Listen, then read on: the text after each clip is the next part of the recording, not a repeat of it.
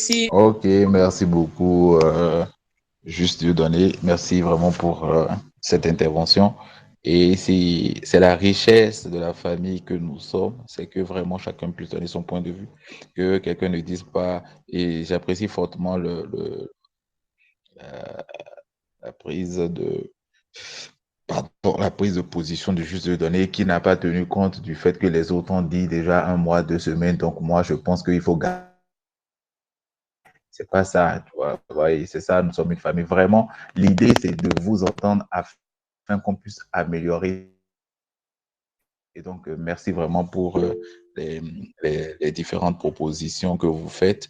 On va tous les inscrire et puis prendre le temps de les analyser et vous revenir, pas pour la décision, une décision qui sera prise, mais afin qu'ensemble, on étudie encore les propositions qu'on va vous faire et de sorte que ce qu'on va retenir soit vraiment quelque chose de famille, quoi, très, très participatif et puis consensuel.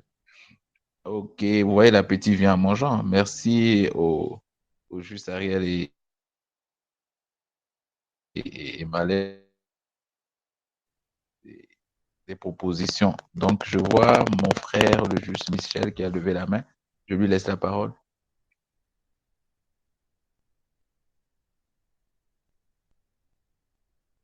Juste Michel, vous avez la parole.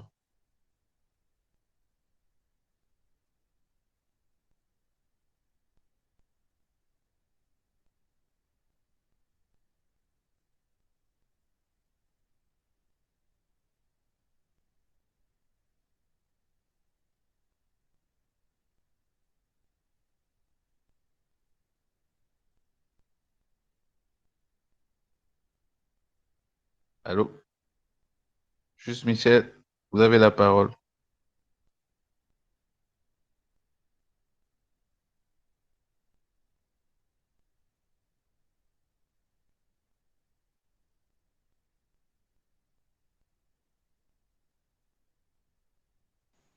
ou bien il a du mal à ouvrir son micro, c'est ça? Ou bien, Shalom, famille. Vous m'entendez? Shalom. Ouais. D'accord. Alors, shalom de nouveau. Et je voulais bénir le Seigneur aussi pour tout ce qu'il nous fait au travers de cette émission. J'avoue que moi, j'apprends beaucoup. Euh, J'apprends énormément et puisque nous sommes en train de faire des propositions, je souhaiterais que ça soit aussi toutes les semaines parce qu'on nous a dit dans les émissions précédentes, parce qu'il faut toujours continuer par il faut toujours continuer par écouter et entendre la bonne nouvelle. Et donc, je pense que si on doit rester dans cette logique, le faire une fois, je ne critique pas forcément les autres, loin de là, ce serait pas bon souhaité. Moi, particulièrement, quand je suis, j'enregistre une fois que c'est envoyé et je réécoute quoi. Et donc, pour moi, chaque semaine, puisque ceux qui le font ne peuvent pas crier, ils continuent par nous enseigner et que nous en profitons. Durant les émissions Ok. précédentes, par exemple, et j'ai reçu que la seule, comment dirais-je, le seul défi de la nouvelle création est la connaissance de Christ. Et donc, c'est des messages forts, quoi. Et puis, moi, je veux quand même que ça perdure. Allez, merci. Merci beaucoup, mon frère. Merci vraiment pour ton intervention. C'est noté. Donc, je remercie tous les frères et sœurs qui font ces propositions. Si, comme d'autres, vous avez du mal à activer votre micro ou que, voilà, il vous semble plus facile pour vous de vous exprimer par des écrits, et n'hésitez pas à laisser aussi un message dans la chat afin que on puisse prendre en compte vos propositions. Donc vraiment sentez-vous libre là où il y a l'esprit de Dieu, là réside la liberté. Donc vous pouvez laisser soit un message écrit si comme le juste Malène, si cela ne semble pas très, si vous n'êtes pas très à l'aise avec le fait de prendre la parole en public, encore que vous n'avez pas reçu un esprit de timidité, mais un esprit de force, d'amour et de joie. Donc, sur ce, je pense que nous allons ouvrir les discussions sur le thème de ce soir, et tout en gardant, tout en laissant les frères et sœurs à la réflexion des propositions d'amélioration pour notre émission sous l'âme de vie. Et donc, vous pouvez toujours, même en cours des discussions, continuer par laisser vos messages, ou si vous le souhaitez, vous le sentez, prendre la parole peut-être après, ou envoyer après un message WhatsApp au Juste Jusqu'à, que je crois beaucoup en leur contact, ou au Juste Brice, ou Maoussé, en tout cas. Laissez un message WhatsApp pour partager vos avis et suggestions. Et nous vous rassurons que nous allons tous les analyser chacune pour pouvoir,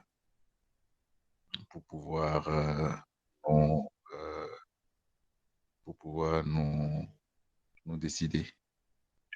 Sur ce, comme je disais, nous allons ouvrir une discussion sur le thème de ce soir, qui est un thème fondamental en réalité, en fait, qui est un thème fondamental de la Bible, qui est un thème fondamental pour nous qui sommes enfants de Dieu, et qui est un thème, j'ai aimé l'intervention du Juste Dieudonné, et je veux juste reprendre un peu ce thème, qui est un thème qui n'est pas très, en tout cas jusque-là, je pense, j'ai pas suivi encore de prédication sur ce thème, j'ai pas vu encore de prédication sur ce thème, pas pour dire que nous sommes ceux qui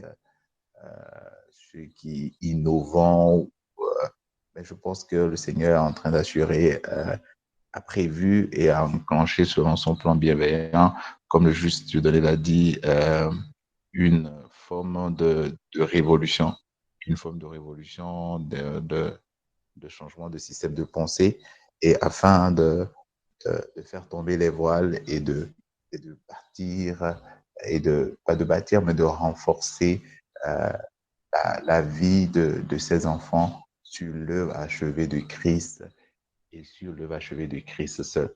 Parce que c'est elle seule qui existe, c'est elle seule qui parle, c'est elle seule qui est en réalité le fondement, qui est l'essence, qui est la sève, qui doit nourrir nos vies tous les jours. Et donc, c'est la question de la connaissance du bien et du mal. Comme je disais, c'est un thème central, aussi central de la parole de Dieu. Et je voudrais, d'entrée de jeu, nous faire lire un passage autour duquel les discussions vont commencer, et nous amener à aller de l'avant dans les discussions. S'il te plaît, PG, on t'entend faiblement. Vous m'entendez faiblement, sorry. Oui. Donc, je disais, là c'est bon, vous m'entendez mieux? Oui, c'est mieux. Ok, d'accord. Donc, je disais que nous allons ouvrir les discussions. J'ai fait toute une longue introduction que je ne vais pas reprendre, puisque c'était juste, je disais juste que c'était un thème pas nouveau, mais c'est un thème très important de la Bible que je n'ai personnellement pas encore vu largement abordé par des prédicateurs, mais en raison de ce que ça peut renvoyer, hein, vous allez voir tout à l'heure, ça, on est conscient de ce à quoi ça peut renvoyer en termes de peur, de pensée et tout, mais ça n'occulte pas que c'est la vérité de l'Évangile. Et donc, nous allons aller rapidement dans Romains au chapitre 8. Nous allons aller rapidement dans Romains chapitre 8, mais avant toute chose, je voulais m'assurer que tout le monde m'entend correctement. Donc, juste Maoussé, comment tu vas? Shalom, shalom la famille, shalom juste. Ça va excellemment bien par la grâce de Jésus. Demeure richement béni, mon frère. Ok, juste si moi assez parlé aujourd'hui. Ok, c'est bon. Donc, je disais que nous allons lire Romains. Ah, mon fils Labi, tu es béni. Tu es béni, mon fils. Tu es béni. Je vais très bien par la grâce de Dieu, même si je sens Alléluia. que dans ta voix, il y a beaucoup la fatigue, que le Seigneur te fortifie, frère. Amen, amen, amen, amen, amen, amen. Merci beaucoup, mon frère. Amen. Donc, je disais, maman pasteur, juste Audrey est connectée. Yeah. La femme du pasteur Boukoleo. Mais, alléluia. Ça, c'est les sœurs qui ont oublié leur frère. Juste Audrey, à la fin de l'émission, tu envoies une offrande sacrificielle pour que je prie pour toi pour le début de l'année.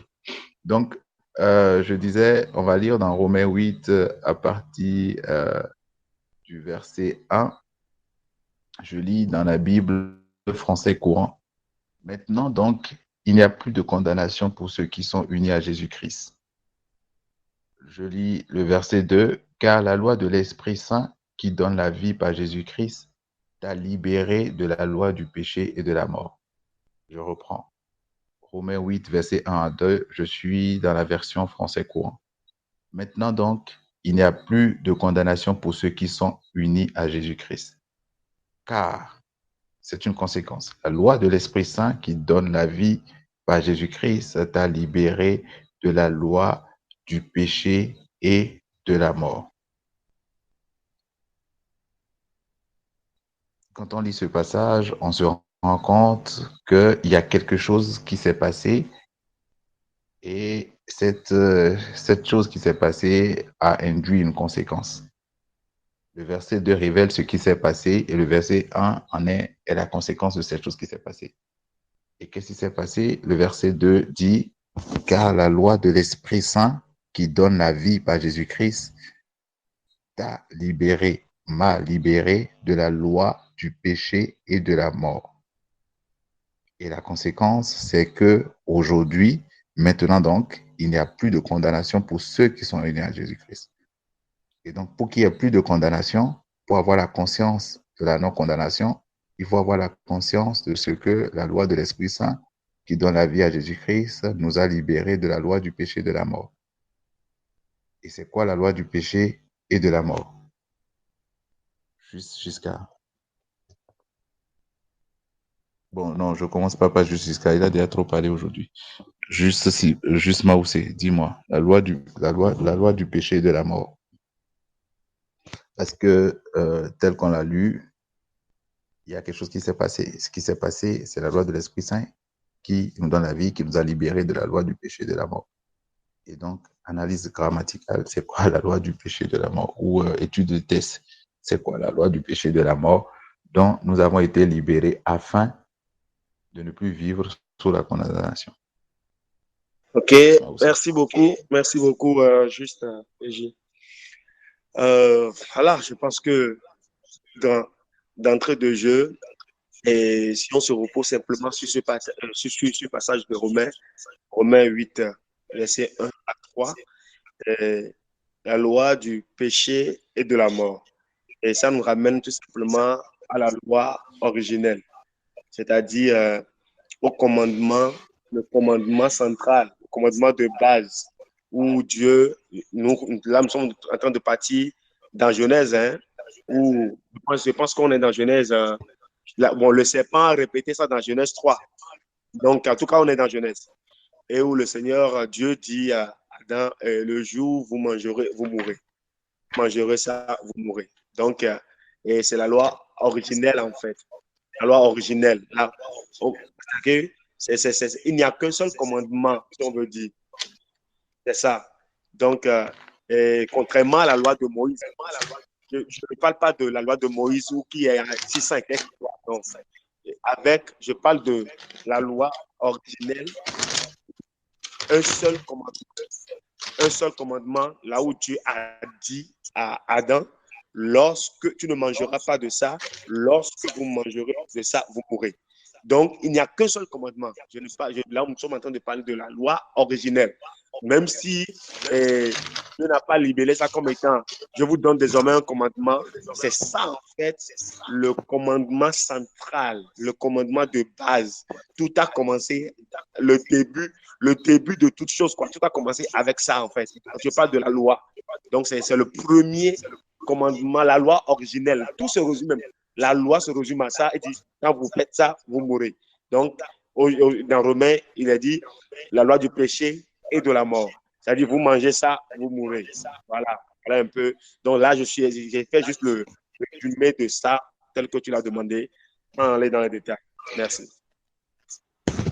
Ok, merci beaucoup. Juste, Maoussé, tu as creusé l'abcès et je crois qu'il faut qu'on aille, comme tu l'as déjà commencé, dans le vif du sujet.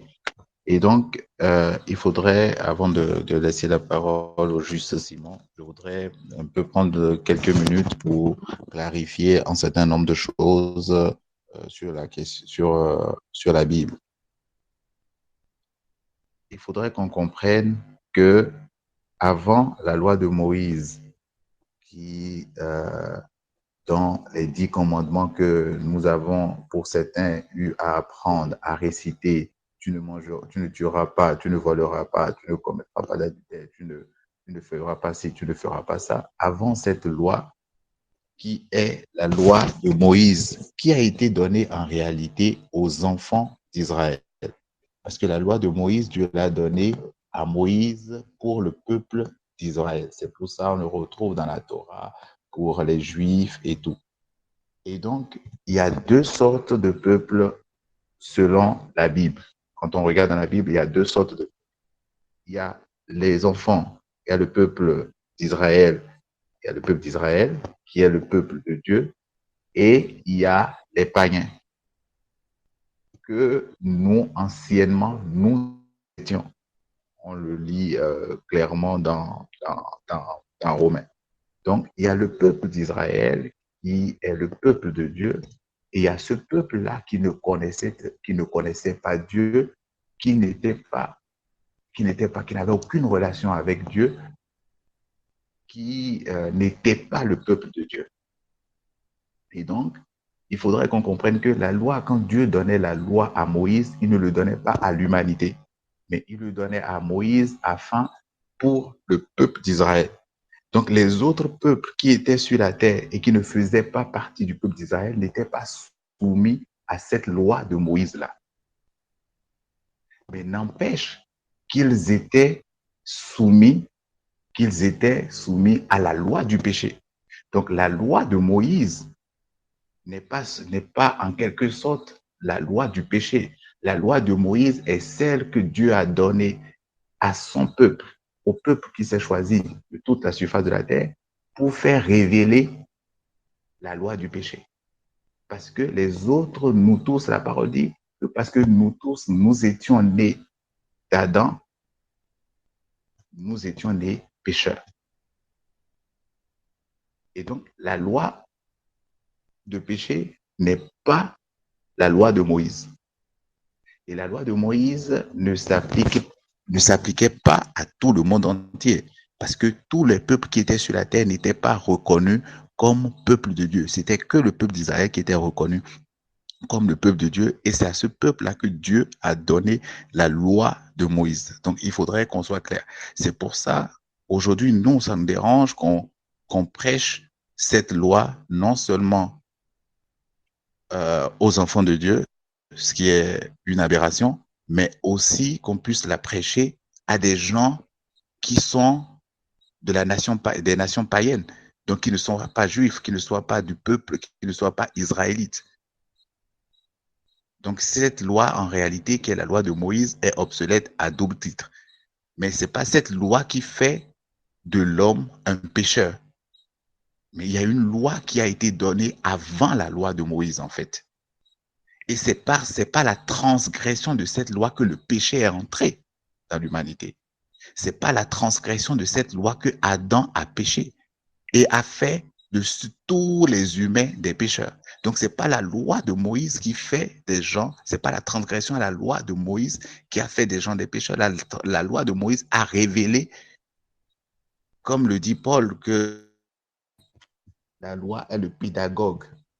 La loi de Moïse est cette loi que Dieu a donnée pour révéler aux hommes qu'ils sont incapables d'obéir en réalité à ses instructions. Parce qu'il y a en eux un élément qui fait qu'ils ne sont pas agréables à lui. Donc, c'est un peu comme l'outil diagnostique que Dieu a utilisé pour révéler la question du péché. Mais avant que Dieu ne donne la loi de Moïse, il y a quelque chose qui s'est passé dans le jardin d'Éden. Et c'est ce que le juste Maoussé nous a lu. Et c'est ce que nous voyons dans Romains 8 qui dit que maintenant, donc, il n'y a plus de condamnation pour ceux qui sont unis à Jésus-Christ, car la loi de l'Esprit Saint qui donne la vie par Jésus-Christ, sachant que la parole dit que nous tous qui étions nés en Adam, nous étions morts, qui donne la vie par Jésus-Christ t'a libéré de la loi du péché et de la mort. Donc, il y a une loi que quelqu'un a transgressée, que le premier homme a transgressé, qui a fait de toute l'humanité des pécheurs. Et c'est cette loi-là qui a fait peser la condamnation, en fait. Et c'est quoi cette loi? C'est ce que nous lisons, nous sommes dans Genèse. Nous sommes dans Genèse chapitre 2, que nous allons lire à partir du verset 15. Genèse chapitre 2, nous allons lire à partir du verset 15. Le Seigneur, je lis toujours dans la version français courant. Le Seigneur Dieu prit l'homme et l'établit dans le jardin d'Éden pour le cultiver et le garder. Il lui fit cette recommandation.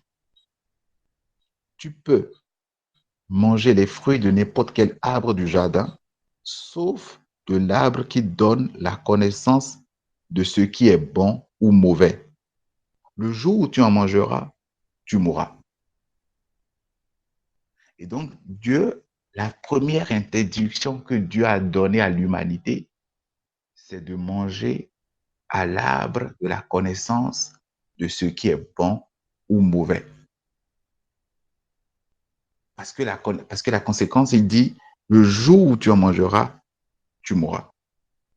Et donc, la première loi que l'humanité, Adam a transgressée pour être chassé, c'est pas n'avoir connu la nudité c'est pas pour avoir connu la nudité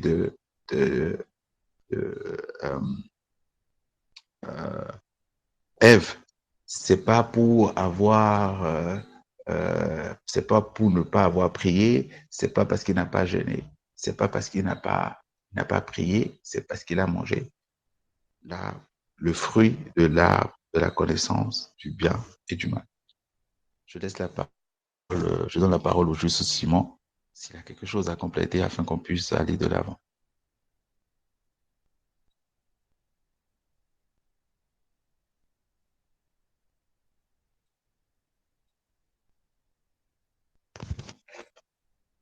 Allô, juste Simon, tu as la parole. Oui, alors, merci beaucoup. Je pense que le débat était très bien planté. Donc, c'est important qu'on comprenne simplement que la première loi ou la loi transgressée par le premier homme Adam, c'est l'interdiction d'accéder à la connaissance du bien et du mal. Dieu, au commencement, a fait une interdiction à Adam. Et cette interdiction, c'est n'accède pas à la connaissance du bien et du mal. C'est ce qu'on peut comprendre par ce passage de Genèse 2, 14 à 17. Donc, ce que Dieu disait à Adam en disant, ne mange pas du fruit de l'arbre de la connaissance du bien et du mal. Il dit, le jour où tu en mangeras, tu vas mourir. C'est ça la loi du péché et de la mort. Tu vas mourir en même temps. Et la Bible nous dit plus tard dans Romains que le péché est entré dans le monde par Adam. Donc le péché, c'est le fait de transgresser cette interdiction que Dieu a donnée. Donc, en mangeant le fruit de l'arbre de la connaissance du bien et du mal, donc en accédant à la connaissance du bien et du mal, en se nourrissant de la connaissance du bien et du mal,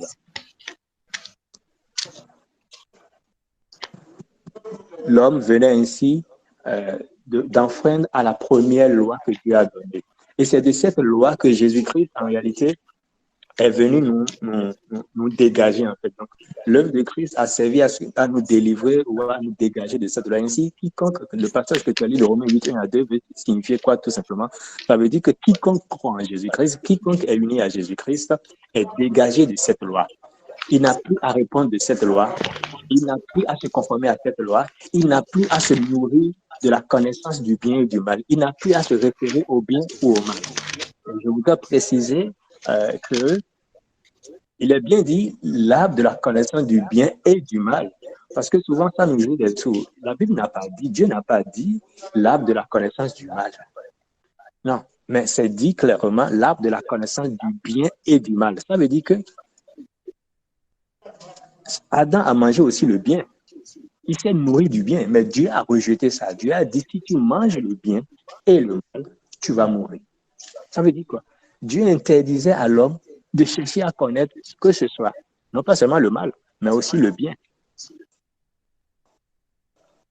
Mais malheureusement, ce n'est pas le cas aujourd'hui. Aujourd'hui, bien qu'étant en Christ, bien, peut-être qu'on va aller en profondeur, on va comprendre ce mystère de l'œuvre de Christ, du sacrifice de Jésus, pourquoi Jésus a été pendu sur un arbre, ça va nous permettre de mieux comprendre en fait ce qui s'est passé. Parce que derrière tout ce que Jésus a fait, le sacrifice de Jésus,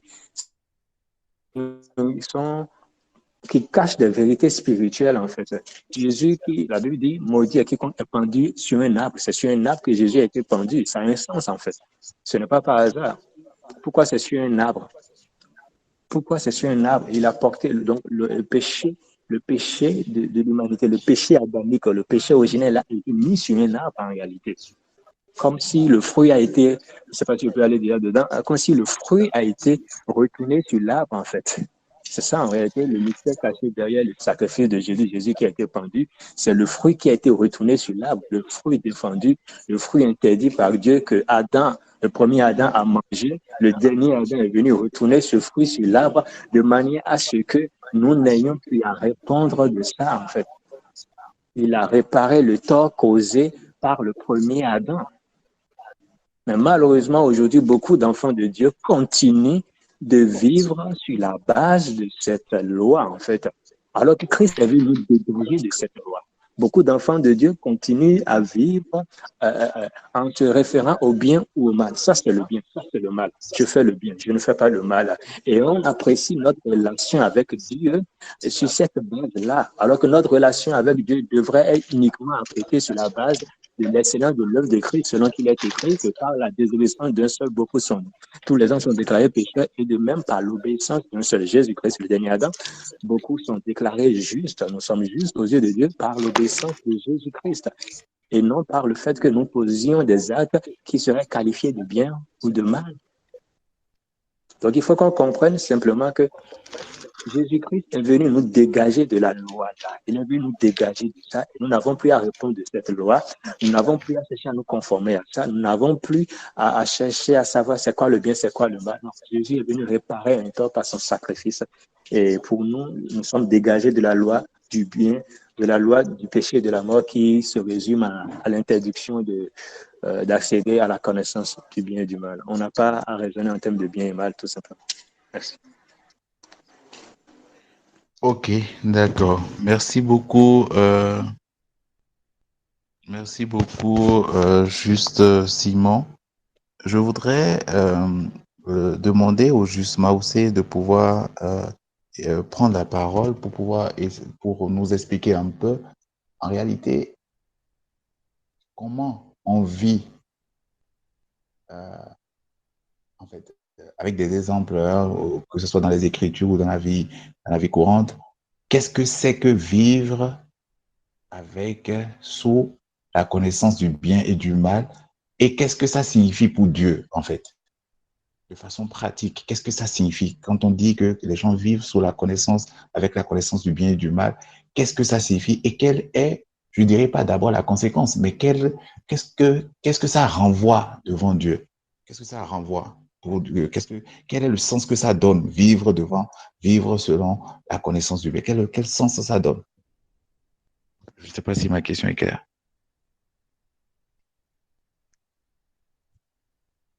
Voilà, et Bishop, est-ce que tu peux encore, même si je n'ai pas reformuler la question? Ok, je voudrais que de façon pratique, que tu puisses nous expliquer qu'est-ce que c'est que vivre en tant qu'un enfant de Dieu, vivre selon la connaissance du bien et du mal. Et je dirais pas pourquoi oui, mais pourquoi Dieu veut pas qu'on qu'est-ce que ça renvoie? Vivre dans la connaissance du bien et du mal, qu'est-ce que ça renvoie? Ok, d'accord. Merci beaucoup, Michel. En fait, voilà, je pense que avant même d'aller directement dessus, je pense que je voulais rappeler quelque chose que je pense que tu as, le Seigneur, je pense que le Seigneur, l'Esprit, l'a fait sortir au travers de toi, mais c'est passé rapidement, en fait. J'aimerais qu'on revienne rapidement dessus. Il faut que tous les enfants de Dieu ici présents, que nous soyons détendus. En fait, relâche est complètement à partir d'aujourd'hui que lorsque nous parlons de la loi, là, il faut que ce soit clair pour nous, quoi. Que la loi que Dieu a donnée, c'est dans Genèse, là, ça qui concerne tous les humains, y compris les juifs, quoi. Et, et quand on parle de la loi mosaïque, là, c'est ce que Dieu est venu à. Je peux dire que Dieu est venu donner spécialement au peuple juif pour eux. Mais ce qui a amené tous les hommes vraiment à tomber dans le péché, c'est cette loi-là de Genèse 2, là. C'est ça, en fait. Et voilà. Et donc, quand le Seigneur Jésus est venu, il est venu pour régler ça. Il a terminé avec ça, véritablement. Et lorsque nous parlons nous parlons de la connaissance du bien et du mal, la connaissance du bien et du mal. Vous savez, c'est tellement subtil et rapide que, en étant enfant de Dieu, on peut, de façon pratique, hein, on peut vivre. Lorsque, par exemple, euh, je me lève et puis, bon, je vais donner l'exemple de notre Seigneur Jésus. Détendons-nous, hein, soyons à l'aise. Le Seigneur Jésus n'a pas de problème avec ça. Je pense que l'exemple que je vais donner, que les gens soient relaxés avec ça.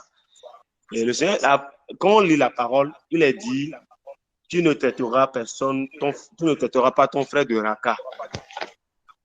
Le Seigneur Jésus vient, il a traité les pharisiens, il les a traités de raca. Il est dit, et, et en fait, il y a des exemples pratiques comme ça dans la parole, plein, où on va se demander, bon, et le Seigneur il traite les gens de race de vipères. C'est Jésus qui rentre dans le temple, il fait un bâton, il frappe les gens correctement. En fait, on peut se demander, bon, pourquoi? Et c'est lorsque, en fait, on commence par avoir une base de données qui nous permet de filtrer nos faits et gestes là. C'est-à-dire que on peut arriver maintenant à dire, et telle chose que je fais là, non, c'est pas bien. Telle chose là, c'est mauvais. En fait, quel est le baromètre en fait qui t'amène à apprécier ça et à reconnaître que ça là, c'est mauvais ou bien ça là, c'est bien. En fait. C'est la connaissance du bien et du mal. Où on voit peut-être, on entend quelque chose sur un frère ou une soeur, quelque chose, une situation. On commence rapidement à dire non, mais ça là, c'est mauvais. En fait, qu'est-ce qui t'a dit que c'est mauvais ou bien c'est bien? Qui t'a dit ça, en fait? C'est ce qui ça nous ramène à ce que le Seigneur est venu demander à Adam et Ève lorsqu'ils ont commencé, en fait, après avoir mangé là, ils sont allés se cacher, ils ont dit qu'ils étaient nus. Le Seigneur, la Bible dit que quand le Seigneur est venu, notre papa est venu, il les a demandé, qui vous a dit que vous êtes nus? En fait, qui vous a dit ça? Que votre état là, hein? Et, en fait, cet état-là, qui vous a appris que c'est ça qu'on appelle être nu? Tu as trouvé le mot là, tout, véritablement. Donc, ça fait, c'est arriver à qualifier une chose de mauvaise. Arriver en tant qu'enfant de Dieu à dire non, telle chose là c'est bon, telle chose c'est mauvais, c'est vivre selon la connaissance du bien et du mal. Et qu'est-ce que ça nous renvoie aux yeux de Dieu? Vous savez, lorsqu'on vit comme ça, c'est une insulte à l'œuvre achevée de notre Seigneur Jésus. C'est une insulte à l'œuvre de la croix. Parce que aujourd'hui, en ce qui nous concerne, nous, du bien et du mal.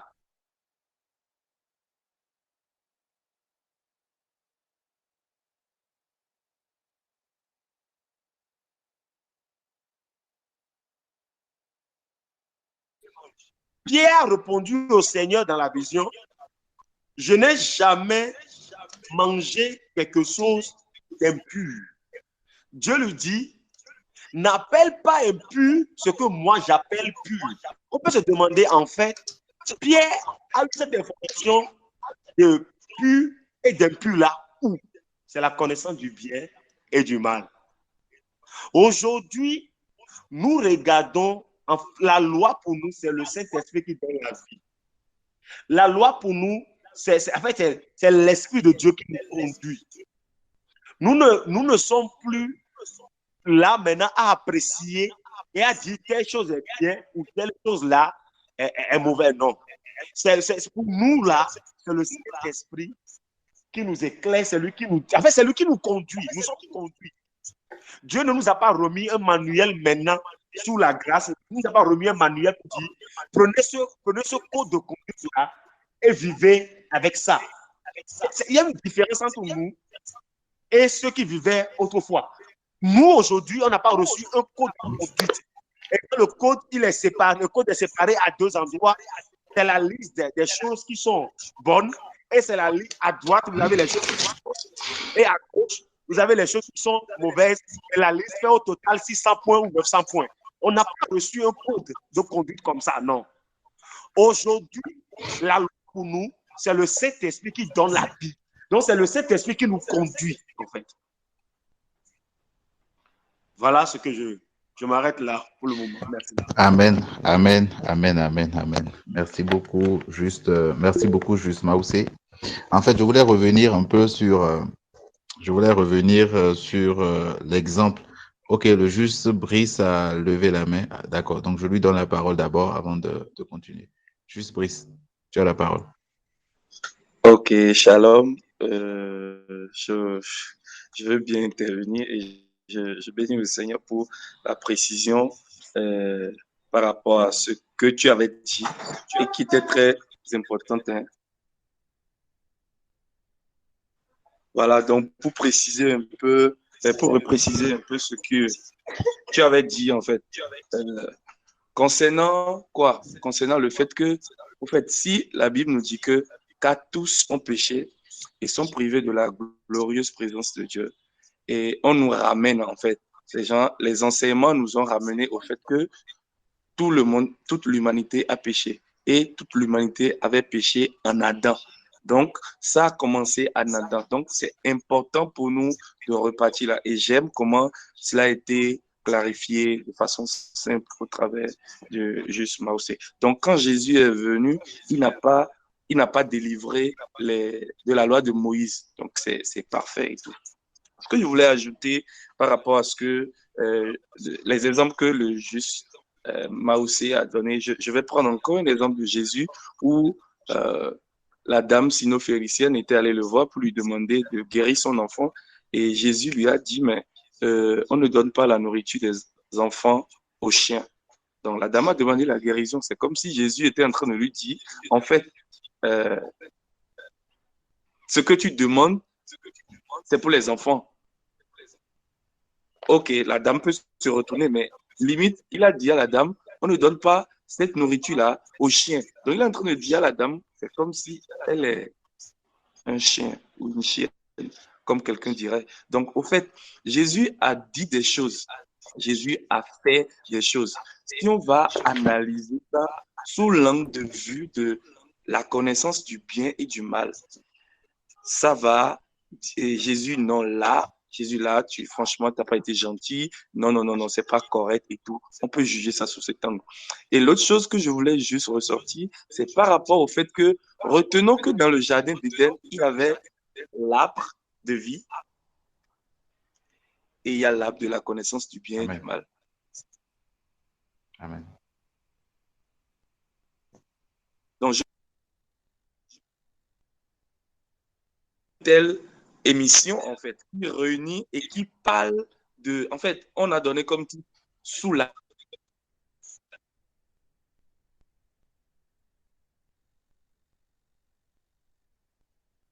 de vie. Donc, par la grâce de Dieu, étant sous l'arbre, nous ne sommes plus de ceux qui devraient être en train de consommer l'arbre. de la connaissance du bien et du mal. Le Seigneur nous a placés sous l'arbre de vie, pas seulement pour ceux qui sont ici, mais ceci pour nous dire qu'en réalité, le Seigneur aujourd'hui est lui-même l'arbre de vie dont nous nous nourrissons. Shalom. Merci. Shalom. Oh, merci beaucoup, le Juste Brice, pour ton intervention et aussi cette analogie par rapport à l'émission, le nom de l'émission. Donc, nous sommes vraiment sous l'arbre de vie et nous faisons comprendre que nous, en tant que personnes vivant sous l'arbre de vie, nous devons manger que les fruits de cet arbre qui est l'arbre de vie. Mais il est important de clarifier qu'est-ce que c'est que de manger, comme tu dis, qu'est-ce que c'est que de manger sous l'arbre de la connaissance du bien et du mal. Je ne sais pas où on va trouver cet arbre encore pour manger. Et donc, je voudrais revenir un peu sur les éléments que mon frère, le juste Maoussé, a évoqués. Je voulais revenir sur certains de ces éléments et commencer par l'exemple de notre Seigneur Jésus-Christ, le modèle parfait, lui qui est le chemin, la vérité et la vie, lui par qui nous vivons, lui en qui nous avons été enracinés. Et donc, je voudrais nous exhorter à prendre nos Bibles, à lire dans Matthieu 17, du verset 21 au verset 23. Donc, afin que nous puissions, comme j'ai posé la question au juste Maoussé, que nous puissions voir en fait, en réalité, qu'est-ce que ça renvoie, qu'est-ce que c'est que vivre selon la connaissance du bien et du mal, et qu'est-ce que ça renvoie devant Dieu en fait. Pourquoi Dieu ne veut pas que nous vivons selon la connaissance du bien et du mal? Voilà la question que je voulais poser. Et donc, je disais, Matthieu 17, à partir du verset 21 au verset 23, je lis dans la version français courant.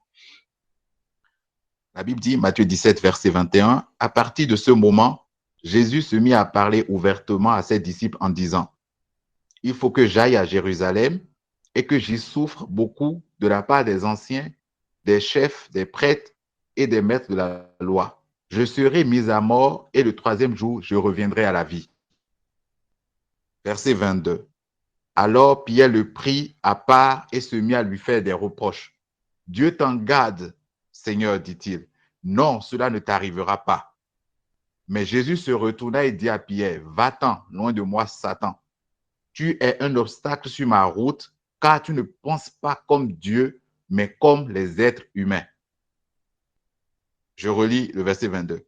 Alors Pierre le prit à part et se mit à lui faire des reproches. « Dieu t'en garde, Seigneur, dit-il. Non, cela ne t'arrivera pas. » Mais Jésus se retourna et dit à Pierre, « Va-t'en, loin de moi, Satan. Tu es un obstacle sur ma route, car tu ne penses pas comme Dieu, mais comme les êtres humains. » Question, chers frères et sœurs. L'attitude de Pierre, c'était bon ou c'était mauvais? Quand on ne lit pas le verset 23, quand on ne lit pas le verset 23, la réaction de Jésus. Qu'est-ce qu'il y a de mal à ce que tu dises à quelqu'un qui dit, bon, je vais mourir, qu'est-ce qu'il y a de mal à lui dire, Dieu t'en préserve, mon frère? C'est bien ou c'est mauvais l'attitude de Pierre? Il a juste dit quelque chose qui est normal. Qui d'entre vous va venir me voir et dire, bon, ok, frère PJ, bon, je suis en train d'aller à Porte-Novo, arriver là-bas, je vais me faire tuer par les Porte-Noviens et tout. Et je vais dire, bon, ok, la réaction normale, selon les êtres humains, comme l'a dit Jésus, c'est de dire, non, tu ne vas pas mourir. C'est l'expression d'amour, c'est l'expression de compassion. Non, tu ne peux pas mourir, que Dieu t'en préserve. Pierre avait une réaction qu'on peut qualifier de normale. Quelqu'un n'aurait pas eu cette réaction qu'il serait taxé de quoi? De méchant. Mais regardez comment le Seigneur Jésus-Christ, qui est notre modèle parfait, l'a traité. Il n'a pas traité d'être manipulé par Satan. Il a traité de Satan. Pourquoi? Il dit parce qu'il n'a pas la pensée de Dieu, parce qu'il n'a pas il ne raisonne pas par Dieu. Parce que pour lui, ce que lui appelle mal, c'est ça Dieu appelle bien. Ce de quoi lui pense pouvoir le préserver faisant le bien, il est en train de mal faire. Et ça, Jésus dit, c'est la pensée des êtres humains, pas la pensée des fils de Dieu. Et donc Pierre, en préservant Jésus, en faisant cette prière, cette déclaration prophétique, parce que c'est une déclaration prophétique, il a prophétisé sur Jésus. Cela ne t'arrivera pas au nom de Jésus, que le Seigneur, il aurait pu même prier, si ce n'était pas Jésus-Christ, il aurait dit qu'il allait le prier pour le délivrer des pensées impures, de pensées noires, de pensées de suicide. Il aurait pu élever la voix et lui dire, bon, agenouille-toi, je vais te délivrer. Tu vois, il y a des pensées de suicide qui t'arrivent, hein. C'est pas bon. Il faut que tu développes les pensées positives. Qu'est-ce que le Seigneur a dit? 10 000 tomberont à ma droite, 20 000 à ma gauche, et je ne serai pas atteint. Et esprit de mort. Mais l'attitude, elle est noble. Et donc, pour nous, marcher selon la connaissance du bien et du mal, c'est comme Dieu l'a dit, c'est comme Dieu en personne, Dieu Féché l'a dit, c'est faire route, c'est barrer la route. Comme il dit, tu ne penses pas, tu es un obstacle sur ma route. C'est être un obstacle sur la route du Seigneur. Et le Seigneur Jésus et Dieu pouvait dire dans Ésaïe 8, quand on regarde dans Ésaïe, il dit dans Ésaïe 8, n'appelez pas conspiration ce que moi je n'appelle pas conspiration. Quand on crucifiait le Seigneur Jésus-Christ, c'est rien. Regardez comment les gens pleuraient. Regardez comment, imaginez-vous aujourd'hui que c'était à notre temps que cette scène se passait. Combien de nous n'allaient pas décrier, n'allaient pas faire des posts sur Facebook? Oh, cet homme-là qui ne parlait pas. Regardez comment l'homme est mauvais. Regardez comment les hommes ont... Mais est-ce que c'était quelque chose de bien qui se passait? Et donc, sous l'arbre de la connaissance du bien et du mal, nous ne nous alignons pas sur la pensée de Dieu. Nous faisons très tôt de juger ce que Dieu fait. Nous faisons très tôt d'avoir une appréciation qui n'est pas juste parce que nous regardons à la manière des hommes. Et c'est ce que Dieu reprochait à Pierre.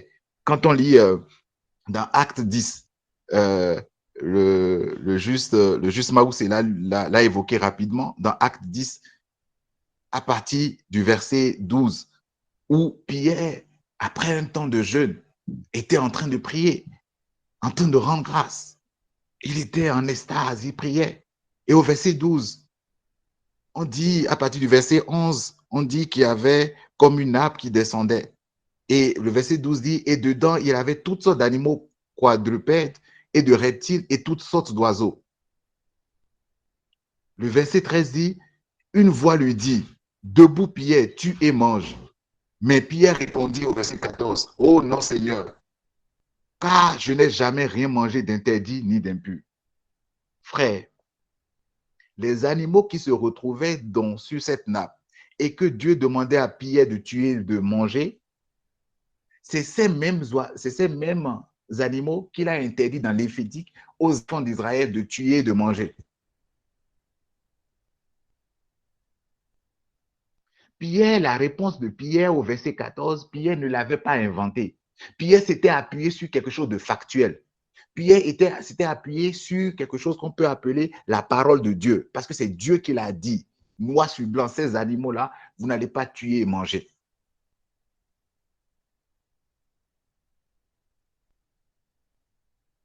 Et Dieu lui dit, mais ne considère pas comme impur ce que Dieu a déclaré pur. Quand est-ce que Dieu l'a déclaré pur? À un temps, Dieu l'a dit impur. Mais quand est-ce que Dieu l'a déclaré pur?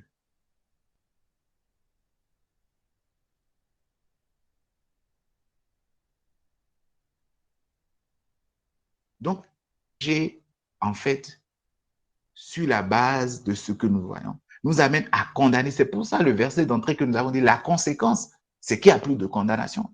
La conséquence, c'est que n'ayant pas tous les éléments, n'ayant pas tout le regard sur ce qui se passe, sur sur tel ou tel aspect, sur tel ou tel sujet, je m'interdis de pouvoir porter un jugement. Tel que Pierre s'est hâté de porter un jugement sur ce que Jésus-Christ disait.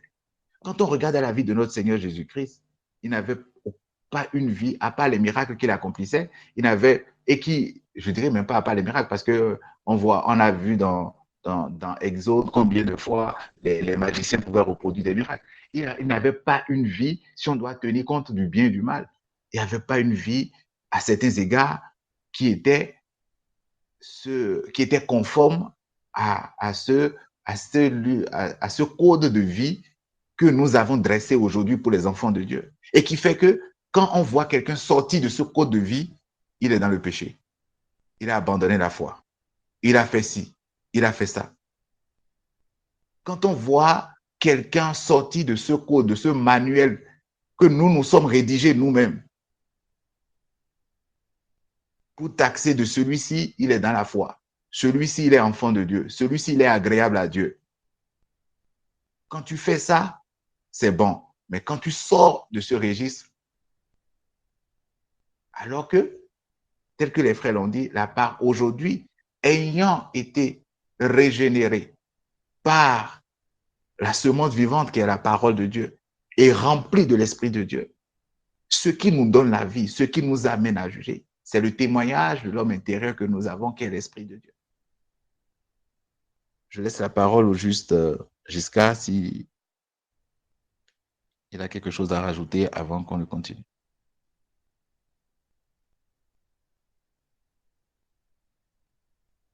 Merci beaucoup, Juste PJ.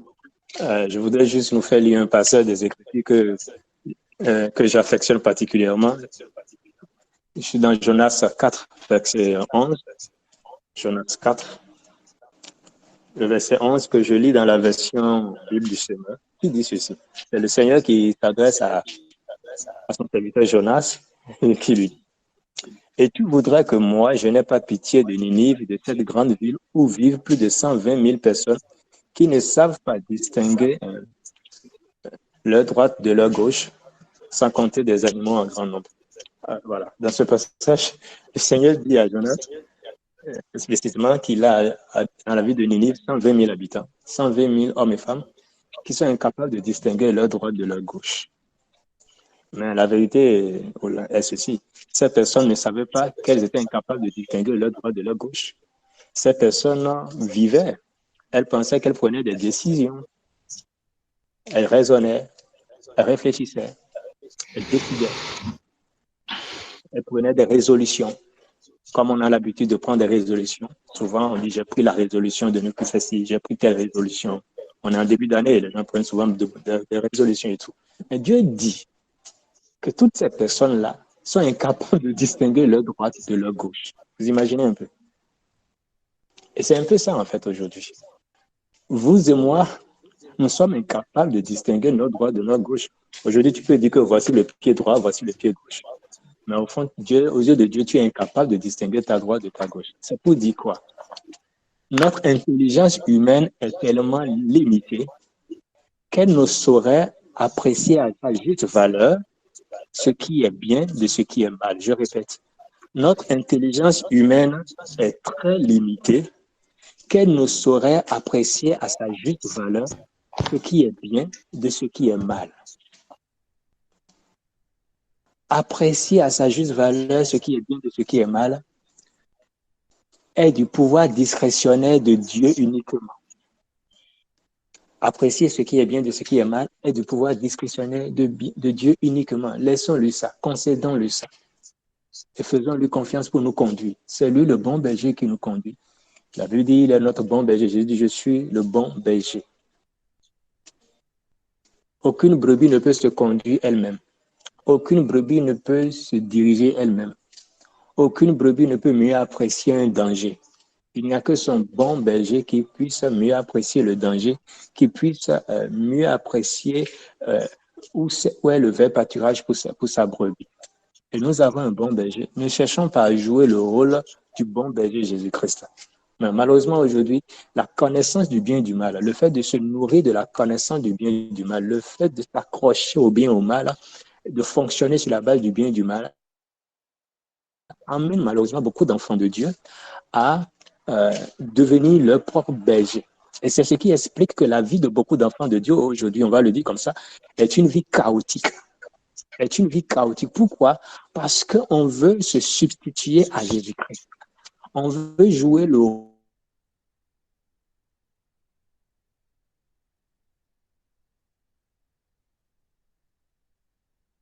rôle de bon berger pour nous. C'est impossible. Tu ne peux pas être à la fois brebis et berger. Il faut choisir. Et Dieu dit tu es brebis. Restons dans cette posture de présenter à nous comme étant le bon berger.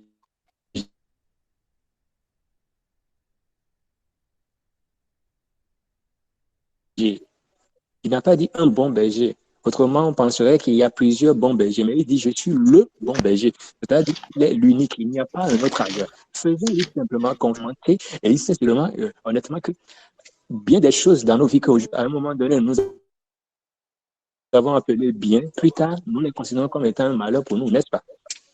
Dans le monde professionnel, le jour où tu trouves un emploi, tu es content, tu dis je vais rendre témoignage, Dieu m'a fait du bien, le bien.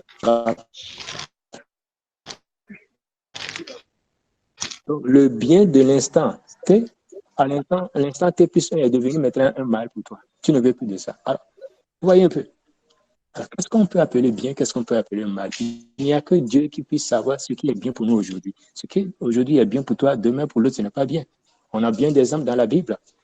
Les fils du sacrificateur Élie ont mangé la nourriture réservée pour le sacrifice.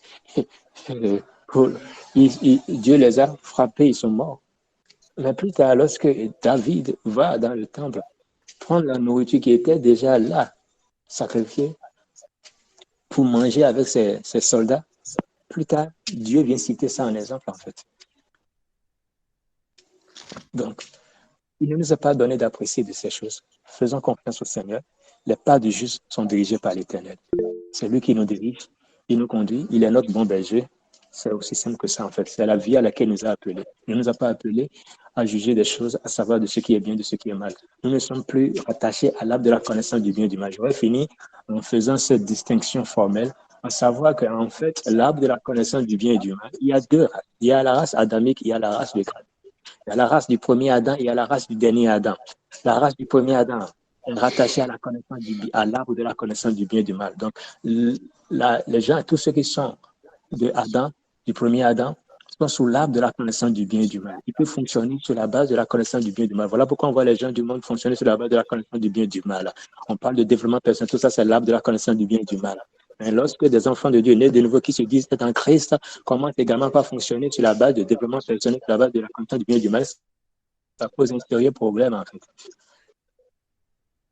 Pour ceux qui sont en Christ, ils sont sous l'arbre de vie. L'arbre de vie. L'arbre de vie. Dans le jardin, il y avait deux arbres au milieu du jardin de Christ lui-même. C'est Christ lui-même l'arbre de vie. Et nous sommes donc sous l'arbre de vie. Nous n'avons aucun rapport avec l'arbre de la connaissance du bien et du mal. Oublions ça. Fonctionner sur la base de l'arbre de vie et qui consiste à ce qu'on est conduit par le Saint-Esprit qui nous amène à faire ce que Dieu, dans sa souveraineté, a prévu que nous puissions faire, à aller là où Dieu a prévu que nous allions, à dire ce que Dieu a prévu que nous puissions dire, tout simplement. Merci. Amen, amen. Merci juste,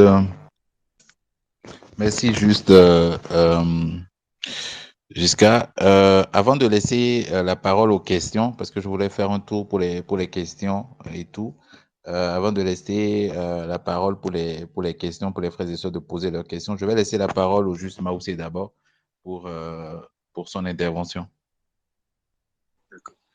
Merci beaucoup, mon frère. Merci beaucoup. J'aimerais rapidement revenir sur, pendant qu'on parlait, il y a deux points que le Seigneur m'a mis à cœur là, que j'aimerais aborder rapidement. Vous savez, il y a un passage qui m'est remonté, qui m'est venu à l'esprit, c'est 1 Samuel 10, verset 7. Là, je lis la version que nous connaissons, la version conventionnelle qui est Louis II, qui dit, je lis, le Seigneur, au travers du prophète Samuel, était en train de parler à Saül. Samuel lui dit, lorsque ces signes auront eu pour toi leur accomplissement, fais ce que tu trouveras à faire, car Dieu est avec toi. Je suis maintenant dans 2 Samuel 7, verset 3, où le prophète Nathan aussi vient devant le roi. Le prophète parle de la part du Seigneur au roi. Il dit, va, fais ce que tu as dans le cœur, car l'Éternel est avec toi. Vous savez, aujourd'hui pour nous, et ne plus vivre selon la connaissance du bien et du mal, on nous ramène simplement à ça. Ce que le Seigneur a dit au travers du prophète Samuel, à ça. Il dit, va, fais tout ce que tu trouves à faire, fais-le, car le Seigneur est avec toi. Vous savez, quand notre Seigneur Jésus, et il y a une phrase que j'aime beaucoup, avant son départ de l'ascension, il dit, je suis avec vous tous les jours jusqu'à la fin du monde. Vous savez, le Seigneur est avec nous désormais. Ce n'est plus la loi qui est avec nous. Ce n'est plus c'est l'arbre de vie avec nous. Ce n'est plus l'arbre de la connaissance du bien et du non, mais l'arbre de vie nous dit, je suis avec vous. Et il y a un exemple pratique que j'aime beaucoup aussi, c'est concernant l'apôtre Paul. L'apôtre Paul dit que nous voulons aller dans telle ville pour aller prêcher l'évangile. Il se lève, il dit, l'esprit nous en empêcha. Il dit, le Seigneur nous en empêcha. Le Seigneur nous bloqua. Il nous en empêcha. Aujourd'hui, il est important qu'on puisse le dire de façon pratique. Aujourd'hui, franchement, cette affaire de connaissance du bien et du mal a fait beaucoup de dégâts d'une manière où il y a beaucoup de sœurs qui ont du mal à se marier à cause de la connaissance du bien ou du mal, du bien et du mal. Il y a beaucoup de frères aussi pareils. Pourquoi? Parce que le Seigneur, par exemple, tu vois là, le frère, la connaissance du bien et du mal te dit comment moi je vais épouser lui là? Comment je peux épouser lui là? Je vais épouser lui là, pourquoi? Ou le frère qui dit bon, comment je vais épouser la sœur là? Je vais épouser la sœur là, pourquoi? En fait, pourquoi ne pas faire confiance à ton Seigneur qui dit tout ce que tu trouveras à faire? Il dit lorsque ces signes auront pour toi leur accomplissement, il dit tout ce que tu trouveras à faire, fais-le, car le Seigneur est avec toi. Mais ça veut dire que tu ne lui fais pas confiance qu'il est suffisamment capable de t'assujettir, de t'amener là où tu dois être, de t'empêcher d'aller quelque part où il n'a pas prévu que tu ailles. Ça veut dire que tu ne lui fais pas confiance qu'il est là, en fait. Aujourd'hui, pour nous, c'est que nous regardons à l'arbre de vie et nous sommes conscients que l'arbre de vie, c'est l'arbre de vie qui nous dit qu'il est celui qui a la capacité de s'assujettir. C'est le peu lourd dans ma bouche, mais on vit, en fait. On vit. Il n'y a plus de gens. Bon, est-ce que ça là? Est-ce que ça là maintenant? Est-ce que ça là maintenant? Mais pourquoi ne pas faire confiance au gardien de ton âme? Quel arbre de vie? C'est-à-dire Christ. Qu'il est là. Le même qui a empêché Paul d'aller dans telle ville pour aller prêcher l'évangile. Paul dit nous voulons aller, mais l'Esprit du Seigneur nous en empêcha. Le Seigneur nous résista. Il nous en empêcha. Et dans 1 Samuel 17, il dit, lorsque ces signes auront pour toi leur accomplissement, aujourd'hui ces signes, nous avons vu ces signes, ces signes-là ont eu leur accomplissement pour nous. Comment? C'est ce que les prophètes ont annoncé à l'avance, l'avènement de notre Seigneur Jésus-Christ à la croix. C'est ça en fait. Et donc ces signes ont eu leur accomplissement pour nous dans la mort de notre Seigneur Jésus à la croix, dans son ensevelissement et dans sa résurrection. Donc ces signes ont eu leur accomplissement pour nous dans la mort du juste, son ensevelissement et sa résurrection. Puisque ces signes ont eu leur accomplissement pour nous, le Seigneur nous dit, faites tout ce que vous trouverez désormais à faire parce que je suis avec vous. Donc le Seigneur est avec nous.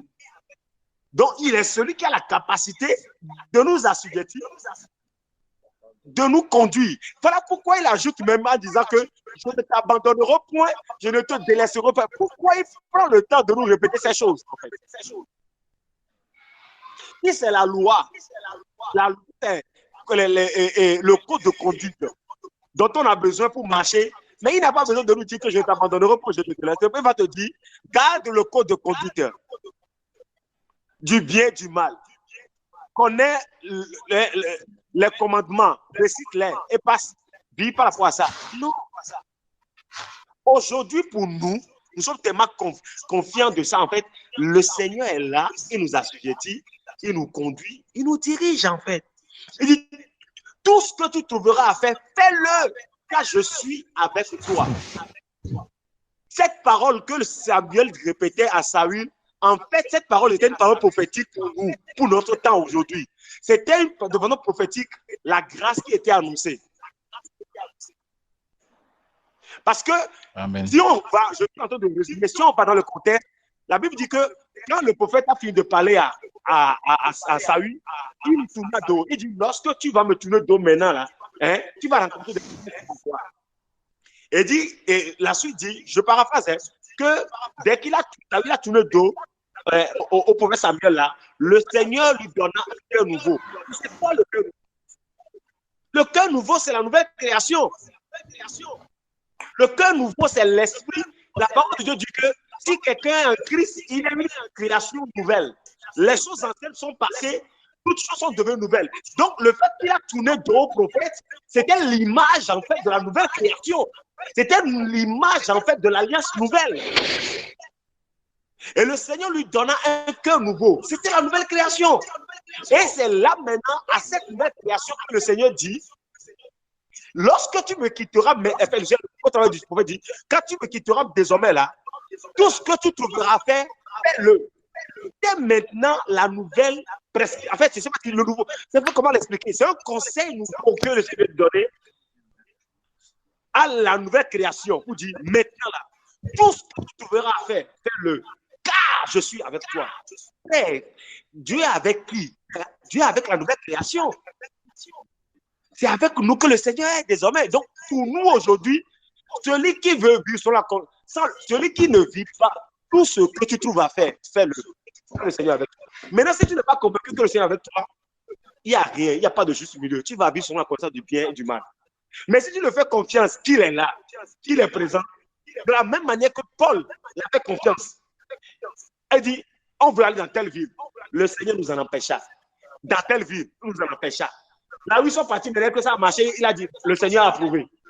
C'est ça, en fait, pour nous désormais. C'est ce que je me rajoutais. Shalom. Amen, amen, amen. Merci beaucoup, justement, pour ces précisions. Et je suis convaincu que nous allons revenir encore sur ces éléments, notamment la vie sous l'arbre de vie. On va revenir sur ces éléments qui sont tout aussi fondamentaux dans notre marche.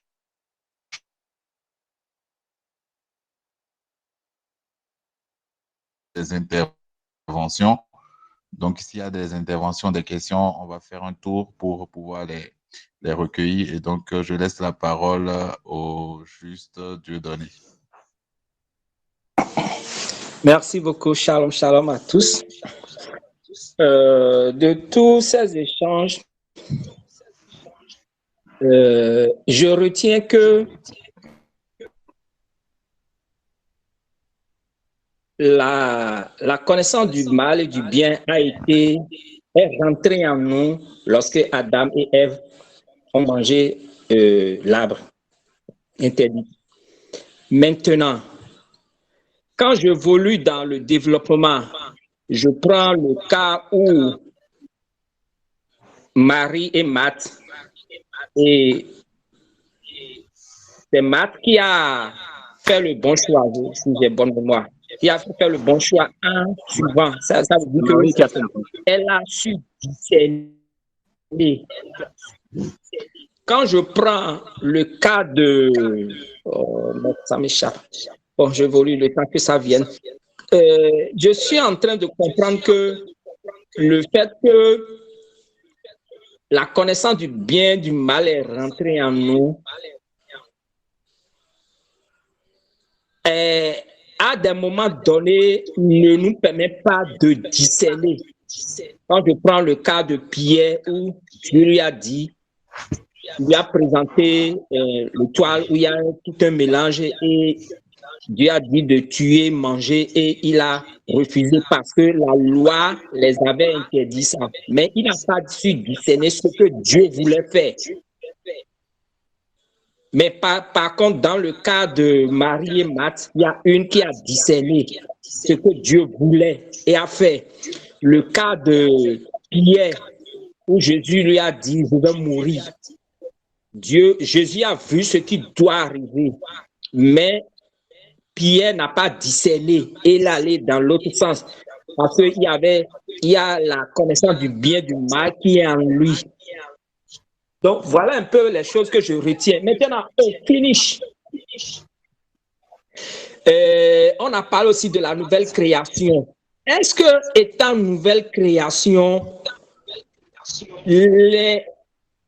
l'influence de la connaissance du mal, du bien là, est bannie ou bien continue peut revenir et interagir?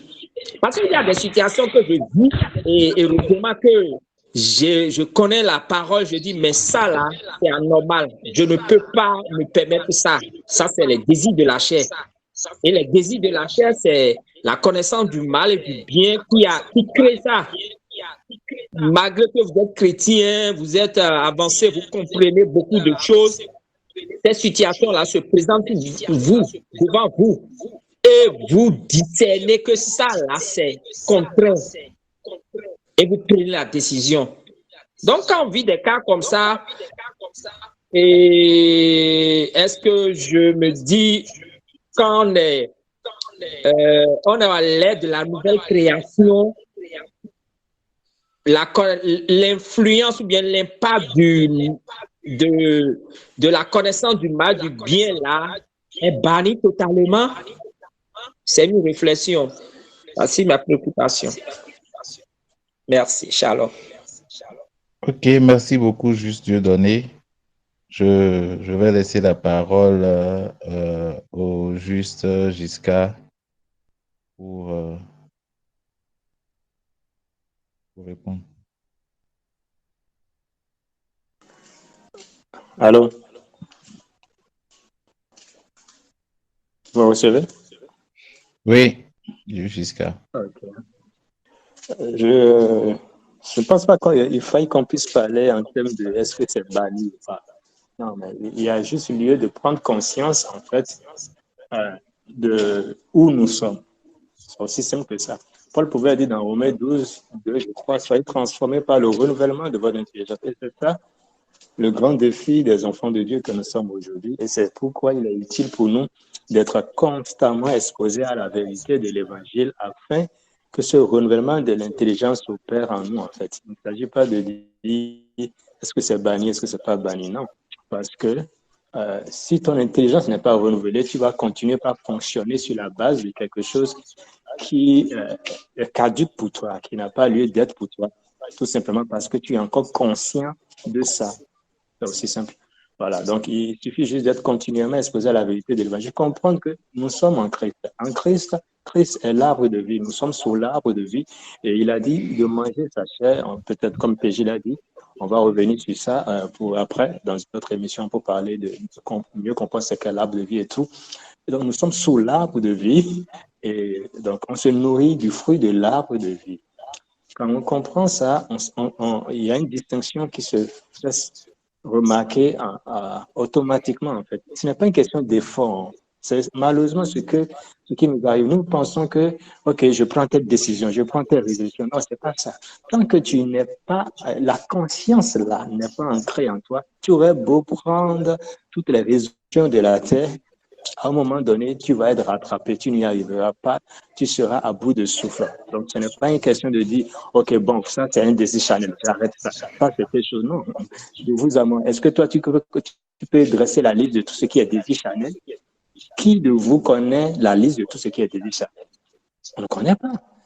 Qui de vous connaît ça? Donc, ce n'est pas comme ça, en fait. Mais c'est juste de comprendre et d'être conscient que nous sommes sous l'arbre de vie, nous sommes ancrés sous l'arbre de vie, nous sommes conduits par l'Esprit de Dieu. Et lorsqu'on vit dans cette conscience-là, réellement, on constate la différence.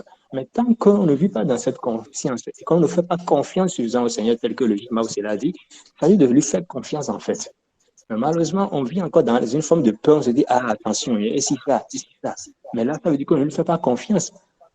Et c'est aberrant, c'est-à-dire que donc, je vais dans ce sens. C'est un peu comme si aujourd'hui, on pense que le diable, les démons, ont un pouvoir, une capacité de nous pousser à poser tel acte, à faire telle chose. Or, on dit qu'on est enfant de Dieu, on est en Christ, et la parole dit, fais confiance au Seigneur, il va te conduire. On dit, ah non. Donc, Dieu ne peut pas t'empêcher de poser tel acte. Jésus m'a aussi l'a dit tout à l'heure, il a cité le cas de Paul, où Paul dit, le Saint-Esprit m'a empêché d'aller à Athènes. Paul voulait aller, et Paul voulait se conformer aux Écritures, parce que c'était une recommandation du Seigneur Jésus. C'est ce que nous appelons souvent la grande commission. Paul obéissait à la grande commission. C'est là où comprendre ce que signifie que nous apprend l'évangile de Christ sur la conscience du bien et du mal à tout son sens. Parce que Jésus dit, allez, faites de toutes les nations des disciples. Et Paul se lève sur la base de la parole de Jésus. Ce n'est pas sur la base de la parole d'un homme. Non. Ce n'était pas une décision charnelle, on pourrait dire. Paul s'est levé sur la base de la parole de Jésus-Christ lui-même, en obéissance à la grande commission.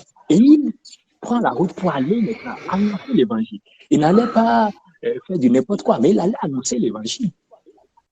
Et il dit en chemin, le Seigneur m'a empêché. Le Saint-Esprit m'a empêché. Donc, le Saint-Esprit peut t'empêcher de faire quelque chose qui est encore conforme aux Écritures. Le Saint-Esprit peut t'empêcher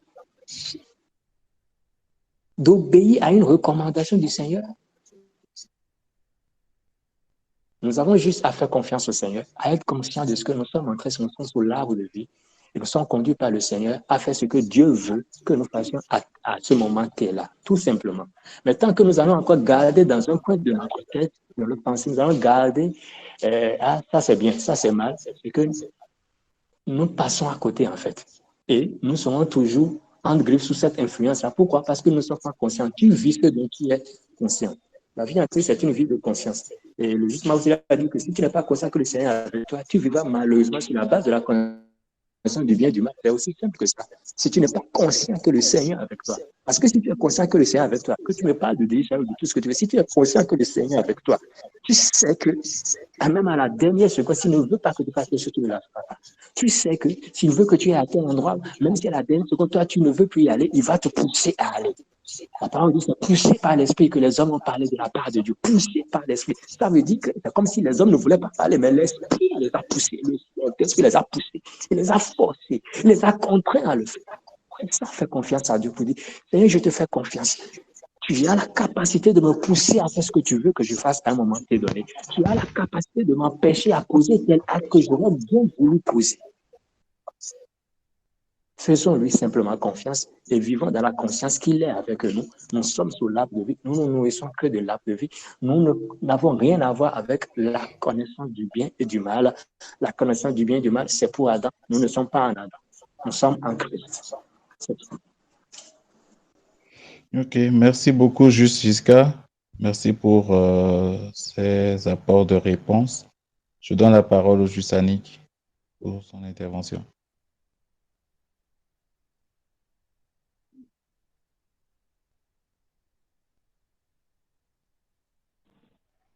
Shalom à tous. Vous me recevez, j'espère. Oui, un peu plus fort. C'est bon. Ok, shalom. Je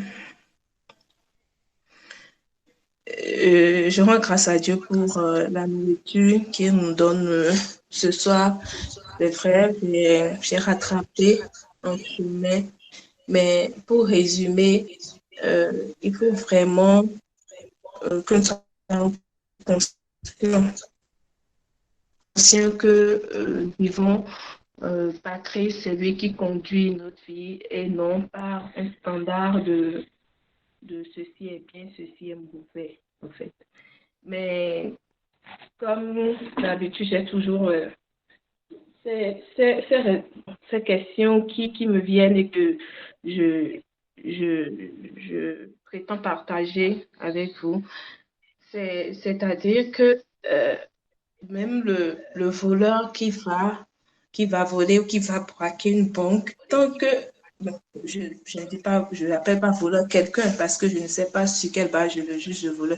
Quelqu'un qui va braquer la banque ou quand je me dis si l'esprit de Dieu ne l'arrête pas, en fait, il n'a pas à je ne sais pas, à se culpabiliser, non pas culpabiliser, mais je ne veux pas utiliser le terme bien, si c'est bien ou pas, non, mais peut-être que vous comprenez. Ou encore, je me dis, une femme ou un homme qui va sur un terrain où une femme, par exemple, qui entre dans un couple déjà marié ou qui se positionne, pas positionne en tant que deuxième femme et détourne le mari. Je ne sais pas, plein de situations comme ça. Tant que Dieu ne l'arrête pas, c'est que, en fait, elle a le go de Dieu, en fait, elle peut aller. C'est un peu ma préoccupation. Merci. Je commence. Merci, Jusanique. Je commence par Juste Maoussé.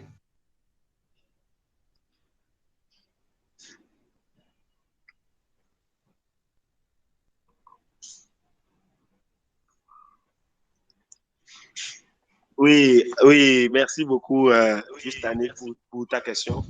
Je pense que moi, je vais, ça, en fait, là, si je résume la question, c'est que, juste Annie, je veux savoir si, par exemple, on prend l'exemple de quelqu'un qui va voler. Vous savez, moi j'aime dire quelque chose. Vous savez, il faut qu'on soit à l'aise et détendu lorsque le Seigneur veut nous amener sur un terrain qui est nouveau pour nous, en fait, qui paraît nouveau pour nous, honnêtement. Et c'est comme, en fait, c'est comme, il y a un risque du fait qu'on y a pas, on a comme l'impression comme s'il n'y a pas de béquille, quoi. Donc, on se pose des questions. D'accord? Et le Seigneur est là. Et le Seigneur Jésus à la croix n'a pas pourvu au vol. Il n'a pas dit que passer à mettre dessus, d'aller voler et ramasser l'argent des gens. Il n'a pas dit ça. Mais lorsqu'on est entre nous, c'est comme je partageais même tout à l'heure avec un grand frère avec qui je suis là pendant l'émission. Je lui disais, et regardez, je prends l'exemple de ce qui s'est passé entre les disciples dans Actes des Apôtres, où l'apôtre Paul vient, Pierre et les autres étaient dans le ministère avant lui. Et il vient, pendant une réunion, il se lève. Nous sommes en train de parler de la nouvelle création. Hein. Il vient, il reprend publiquement Pierre. Il le reprend devant tout le monde. Mais Pierre a accepté quoi et a continué son chemin. C'est-à-dire que c'est la preuve qu'en fait, étant comme ça sous la grâce, là, conscient de la présence du Seigneur en chacun de nous, le Seigneur peut prendre, par exemple, la bouche de mon frère PJ pour me dire quelque chose. Maintenant, puisque c'est le même Seigneur qui est en lui, qui est en moi, c'est le même Seigneur-là qui prédispose mon cœur à le comprendre dans ce qu'il me dit. Et ce qui fait qu'en fait, dans ce cas, il ne s'agit plus de la conscience du bien et du mal, non. Mais il s'agit d'être, nous sommes conduits, nous deux, par le Seigneur. C'est-à-dire, il me parle et ce qu'il me dit trouve un écho favorable dans mon cœur. C'est-à-dire, le Seigneur incline mon cœur à l'écouter. Il incline mon cœur à prêter oreille à ce qu'il me dit, en fait. Parce que si on veut aller sur le terrain pour dire que est-ce que voler, est-ce que aller dans telle situation, moi je veux pousser le bouchon un peu plus loin. Vous savez, c'est comme en fait, cette même question, je vais nous prendre nous tous, on est en train d'aller dans la maison de David. Le Seigneur nous amène tous là, on va dans le contexte de David. Est-ce que c'est bien ou bien c'est mauvais, je vais le dire, que David aille coucher avec la femme de... Il tue d'abord Uri, il couche avec la femme d'Uri. Voilà ce qui s'est sorti, l'enfant qui est sorti de ça là, ça nous a amené où? Jusqu'à là où on est aujourd'hui. Et nous savons tous ce qui s'est passé jusqu'à aujourd'hui. Nous savons. Jusqu'à ça nous a amené à l'avènement de notre Seigneur Jésus. Est-ce que quand ça se passait là, on pouvait appeler ça de bien ou bien mal en fait? C'est tellement subtil et sensible. Parce que aller sur le terrain de oui, mais c'est vrai, est-ce que si quelqu'un va voler maintenant là, est-ce que c'est. Franchement, c'est ne pas faire confiance, excuse-moi l'expression, mais c'est comme si on ne fait pas confiance au Seigneur. Parce que si on fait confiance au Seigneur, le point, ça nous amène là, hein, faire confiance, en fait, arriver à reconnaître qu'il est présent. Merci. Arriver à reconnaître que celui dont on parle là, il est présent, il a la capacité de nous, non seulement de nous assujettir, mais de nous conduire aussi. Parce que je ne connais pas tout, je ne vois pas tout, je ne connais pas, je peux te parler, quand tu me présentes une situation, te parler sur la base de ce que le Seigneur m'a donné de saisir maintenant. Mais il y a des choses qui m'échappent en fait. Et il arrive des fois où tu veux parler, le Seigneur te bloque de parler pour dire tais-toi en fait. Il te bloque, te dit tais-toi. Parce que si tu ne comprends pas tout en fait, tu ne comprends pas tout véritablement. Mais déjà, si on est dans la pensée de, on se prédispose, ce que vous dites, telle chose peut arriver, c'est-à-dire, c'est des gens, le Seigneur peut amener telle personne à aller voler. Déjà, si on médite dessus, on pense à ça, on est dans cette pensée-là, honnêtement, ça veut dire qu'en fait, quelque part, subtilement, la pensée du bien et du mal, là, est là, en fait. Parce que déjà, le fait de penser que, et si la personne volait, et si la personne allait dans telle direction, ça veut dire que le vol est là, dans la pensée, en fait. Mais pourtant, nous, ce qui doit être plutôt dans la pensée, c'est que le Seigneur est là. Le Seigneur, l'Esprit est là. Il nous conduit. Je ne sais pas si le juste Annick me comprend. Donc, en fait, cette prédisposition de base-là doit être... Parce qu'on ne doit pas être dans les détails de la situation. Ce n'est pas la situation qui nous préoccupe. Non. D'abord, ce qui nous préoccupe à la base-là, c'est le Seigneur, quoi. Sa présence, en fait. Le Seigneur est présent dans la vie de mon frère. Il est présent dans la vie de ma soeur. En fait, il est présent, en fait. Il est présent dans ma vie aussi. Voilà. Je pense que je m'arrête là. Merci. Ok, merci beaucoup, juste Maoussé. Je donne la parole au juste Giscard qui avait levé la main. Non, j'avais levé la main avant Giscard. Non, je ne suis pas d'accord, Bon. je veux parler. Bon, ok, d'accord. Mon fils Giscard, tu attends, je donne la parole à ton frère. Brice pour qu'il ne boude pas jusqu'à la fin. Juste Brice, tu as la parole. Merci. Je bénis le Seigneur pour ce qu'il est en train de faire. Et franchement, j'aime la question du juste Annick. Et je sais que c'est aussi la préoccupation du juste Audrey. Elle a mis ça dans le chat et tout. Au fait, moi, je vais faire simple. Gloire à Dieu pour ce que le Seigneur nous accorde la grâce de connaître et de comprendre aujourd'hui en ce qui concerne sa justice. Nous avons compris aujourd'hui que l'évangile se résume en cela. Et le Seigneur nous enseigne et nous amène en profondeur en ce qui concerne son œuvre achevée. Gloire à Dieu. Et nous savons qu'aujourd'hui, le passage qui a été lu, Alléluia. Il n'y a donc maintenant aucune condamnation pour ceux qui sont en Christ Jésus. Ok. Gloire à Dieu, aujourd'hui, il n'y a plus de condamnation pour nous qui sommes dans le Christ Jésus. Mais je ne pense pas que cela a déjà poussé quelqu'un à commencer à méditer dans ce sens. Puisqu'il n'y a plus aucune condamnation pour moi aujourd'hui dans le Christ, je prends ma voiture et je vais foncer dans la rue du PR où ils ont mis des barrières. Tout le monde n'est pas censé circuler là comme il veut. Bon, bref, on ne circule même pas là, à moins que ça soit sous instruction. Parce que nous sommes la justice de Dieu aujourd'hui ne veut pas dire qu'on se lève pour dire, bon, ok, nous allons brûler le feu allègrement. Bon, je sais de quoi je parle. Quand on brûle les feux, les conséquences sont là. Qu'est-ce que je veux dire? Au fait, nous sommes dans le monde. Gloire soit rendue à Dieu, nous ne sommes pas du monde. Et dans le monde où nous vivons, il y a un système qui réglemente les choses. Et nous savons que voler, si tu voles, la loi, même le système du monde va te récupérer. Si tu vas récupérer la femme d'autrui, il y a des conséquences que tu peux ramasser. Le mari, la Bible en parle, hein? Le mari, par la rage, peut finir avec toi. Bref, il y a trop de choses. C'est pour dire, en fait, que dans la société où nous sommes, il y a des règles sociétales, je crois. Hein? Il y a des règles de la société qui régissent la vie en communauté. Et ce n'est pas parce que nous sommes la justice de Dieu, ce n'est pas parce qu'il n'y a donc plus maintenant aucune condamnation pour nous que nous allons nous lever délibérément pour dire que nous voulons enfreindre à ça parce qu'il n'y a plus maintenant aucune condamnation pour ceux qui sont en Christ.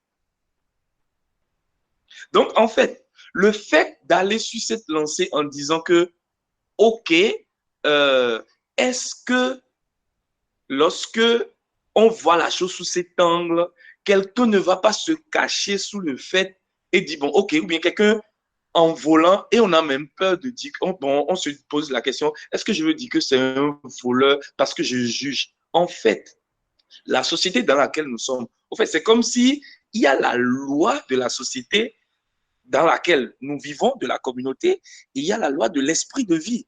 Maintenant, bien que nous soyons dans le monde, ce n'est pas que les deux lois nous gouvernent, mais quelque part, la loi de la société influe sur notre comportement dans la société.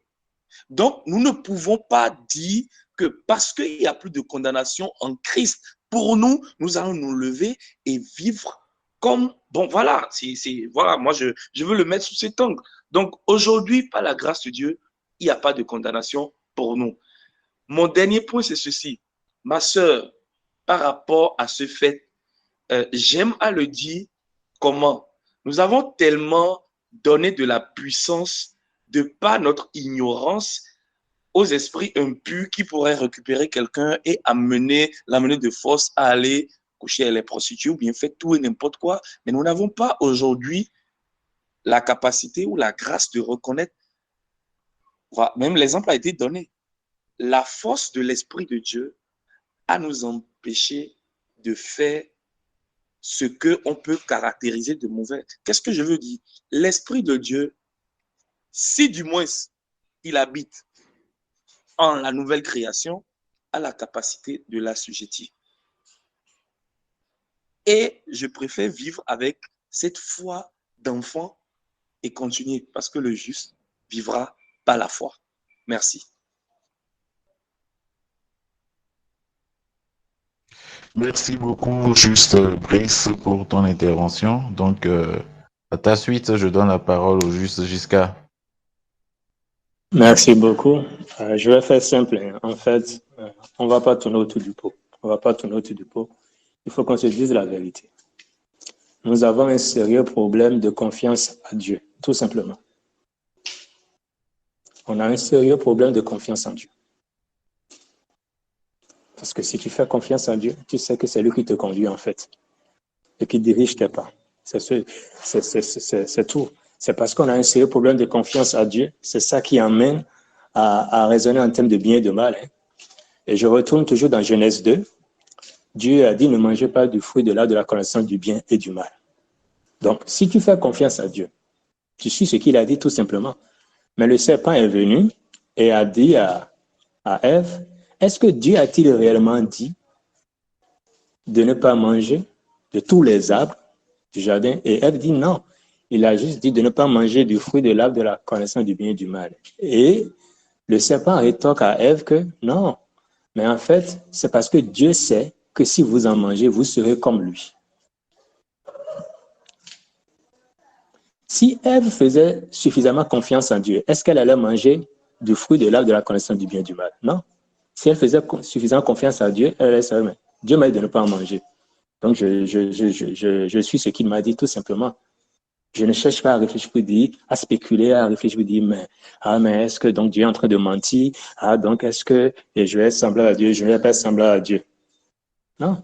Mais le simple fait de manger du fruit de l'arbre de la connaissance du bien et du mal signifie que Adam et Ève ne faisaient pas confiance à Dieu suffisamment. Et c'est encore le grand défi qui se pose aujourd'hui avec beaucoup de personnes. Tu ne peux pas dire que tu es enfant de Dieu, conduit par Dieu, que tu es sous l'arbre de vie en Christ et ne pas faire suffisamment confiance à Dieu pour te conduire. Je vais choquer un peu. On va retourner dans les Écritures parce qu'il y a, même quand on parle des règles sociétales et tout, je vais choquer un peu.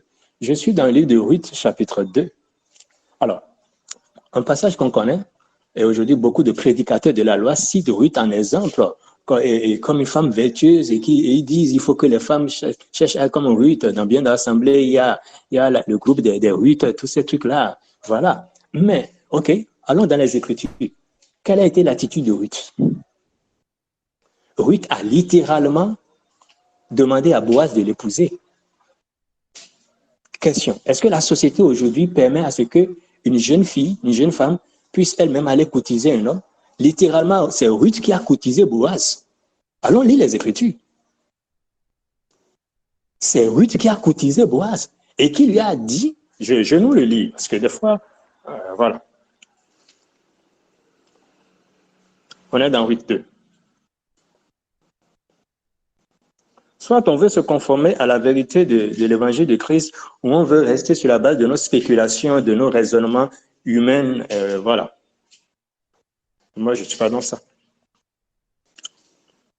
Ruth 2.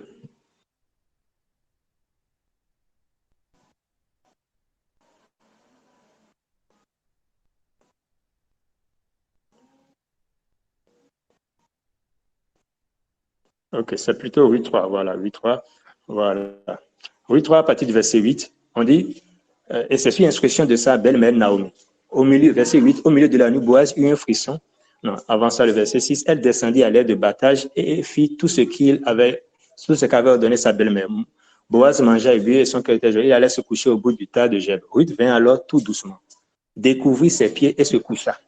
Verset 8, au milieu de la nuit, Boaz eut un frisson. Il se pencha et vit une femme couchée à ses pieds. Il dit, qui es-tu? Elle répondit, je suis Ruth, ta servante.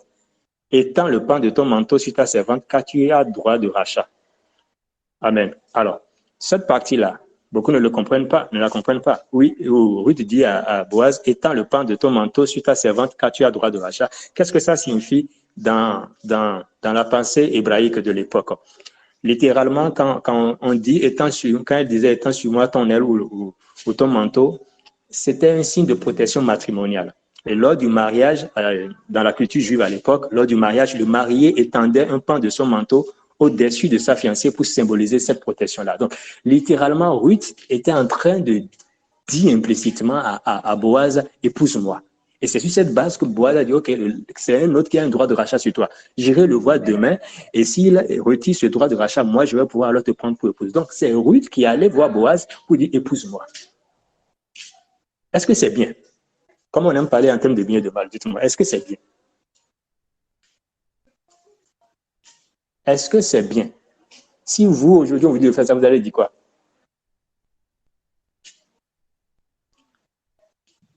Mais cette Ruth-là, qui est une Moabite, je précise, qui est d'un peuple païen, fait partie de la lignée de Jésus-Christ. Elle est l'arrière-grand-mère de Jésus-Christ. C'est pour nous dire quoi, tout simplement? En fait, faisons confiance à Dieu. Dans une autre circonstance, une autre personne va poser cet acte. Dieu va dire, non, je ne suis pas d'accord que tu poses cet acte. En fait, c'est ça le point. Il n'y a pas un canevas défini, prédéfini, où on va dire, voici, il n'y a pas un code, en fait, de conduite. Vous dites, c'est comme ça. Tentez, c'est ça comme ça. C'est comme ça. Non, arrêtons avec ça. Faisons suffisamment confiance au Seigneur. Ce pourquoi nous subissions ou faisons des choses que nous ne devons pas faire ou subir, c'est simplement parce que nous ne faisons pas assez confiance au Seigneur. Car la vérité est ceci. Lorsque nous ferons suffisamment assez confiance au Seigneur, il nous amènerait à vivre la vie à laquelle il nous a destinés, à faire ce qu'il voudrait que nous puissions faire. Mais tant que nous allons encore avoir un semblant de confiance à Dieu, mélangé avec un peu de méfiance que nous appelons sagesse, qui n'est pas une sagesse où on dit non, il faut être sage, il faut être sage. Ce n'est pas de la sagesse, c'est de la méfiance. C'est un manque d'assurance, c'est un manque de confiance en Dieu tout simplement. Appelons un chat un chat. Ce n'est pas de la sagesse. On parle de quelle sagesse? La sagesse humaine? On dit non, il faut être sage, hein, il faut faire attention, il faut être sage. C'est de la méfiance. C'est qu'on ne fait pas suffisamment confiance au Seigneur. On a un peu de réserve au cas où. Tant qu'on fonctionnerait comme ça, c'est que nous sommes en train encore de nous nourrir du fruit de l'arbre de la connaissance du bien et du mal. Or, celui qui est en Christ ne doit pas se nourrir du fruit de l'arbre de la connaissance du bien et du mal. Il est simplement en train de s'intoxiquer, en fait. C'est de l'intoxication spirituelle qu'on fait comme ça. Arrêtons avec ça. Faisons confiance au Seigneur. Faisons confiance au Seigneur. Sur quelle base on peut dire que ça, c'est un voleur? Celui-là, il a volé. Ok, il a volé. La parole dit toute écriture est inspirée de Dieu pour corriger, pour reprendre et tout. Et on est d'accord. Si le Seigneur te met à cœur de reprendre ton frère, tu vas le reprendre. Exactement comme le Seigneur a mis à cœur à Nathan d'aller reprendre David, son serviteur, pour lui dire, mais ce que tu as fait, mauvais. Tout simplement. Mais pourtant, dans l'Acte des Apôtres, Dieu vient révéler que David a agi, et a fait tout ce que Dieu voulait. Et il y a bien d'exemples encore, en fait. comme dans Juge 14 avec Samson. Samson qui se lève, qui trouve une femme philistine qui est d'un peuple païen. Lui, il était juge en Israël et il dit à ses parents, je vais l'épouser. Et ses parents disent, mais c'est un scandale. Comment toi, la loi interdit ça. Tu es juif, tu es un juge en Israël. Comment tu peux aller épouser une païenne? Comment tu peux faire ça? C'est un sacrilège, c'est un blasphème. Tu ne peux pas. Et la parole précise dans Juge 14 que les parents de Samson ne savaient pas que c'est Dieu qui a inspiré ce désir-là à Samson. Si vous et moi, nous n'avons pas lu ça dans les Écritures aujourd'hui, qu'est-ce que nous allons dire de Samson? Ou qu'est-ce que, bien des prédicateurs lisent ça, pourtant, qu'est-ce qu'ils ne disent pas de Samson aujourd'hui? On va dire, mais Samson a mal agi. Samson, mais comment tu peux faire ça? Mais la Bible dit, c'est Dieu qui a mis ça à cœur à Samson. C'est Dieu qui lui a inspiré ça. Pourquoi? Parce que Dieu cherchait une occasion, en fait, pour pouvoir en finir avec les Philistins. Mieux encore, après on parle de Delilah, Samson allait sortir avec Delilah, esprit de Delilah, on commence par citer ces choses-là, sans savoir que tout ça, là, in fine, c'est parce que Dieu voulait en fait finir avec les chefs philistins, parce que la Philistie, c'était un ensemble de 5 royaumes, en fait, de 5 peuples. Donc Dieu voulait finir avec les chefs. Et ce jour-là où ils ont capturé Samson, ils ont fait sortir Samson, ils ont organisé une grande fête. Tous les chefs philistins, les 5 grands chefs philistins étaient réunis ce jour-là. Vous pouvez lire ça dans les Écritures, dans le Juge. Ils étaient tous présents. Et c'était le moment propice pour que Dieu puisse finir avec eux. Et c'est là que Samson, et la Bible dit que Samson a tué plus d'hommes par sa mort que par sa vie. Il a tué des milliers de personnes ce jour-là. Qui sommes-nous? Je reviens toujours à pour apprécier des choses de Dieu. Qui sommes-nous? Qui sommes-nous? Nous qui sommes incapables de distinguer notre droite de notre gauche. Dieu dit, vous êtes incapables de distinguer votre droite de votre gauche. Alors pourquoi on veut spéculer sur les choses? Pourquoi on veut raisonner en termes de bien? Ça c'est le bien, hein? Ça c'est le mal, hein? Ça c'est le bien. En raisonnant ainsi, ce qu'on ignore peut-être, c'est que nous sommes alors en train de nous appuyer sur notre propre justice sans même nous en rendre compte en fait. Parce que quelle est la finalité quand tu raisonnes en termes de bien et de mal? La finalité, ce sera ta propre justice, en fait. Et non plus la justice de Dieu. Dieu peut t'amener à poser des actes qui, aux yeux de la société humaine, seront jugés de mauvais et tout. Des fois, pour juste te montrer ta limite humaine, pour juste te montrer ta faiblesse humaine, pour juste te montrer ton incapacité humaine, pour juste t'amener à mieux apprécier ce qu'il a fait pour toi, à mieux apprécier l'œuvre de Christ, en fait, la justice qu'il nous a donnée. Tout simplement. Et à davantage le respecter, à davantage le craindre du Seigneur. Merci, waouh. Donc, si c'était moi seul, je ne pourrais jamais arriver là. Si c'était moi seul, je ne pourrais pas. Regarde, je n'y arrive pas malgré mes efforts, malgré mes bonnes résolutions. Je n'y arrive pas. Il n'y a que toi, Seigneur, je suis reconnaissant. Et ça emmène à vraiment davantage dépendre du Seigneur et à nous accrocher à lui. Mais tant que nous allons vouloir raisonner en termes de bien et mal, ça veut dire qu'on s'appuie sur notre propre justice, en fait. Et c'est triste.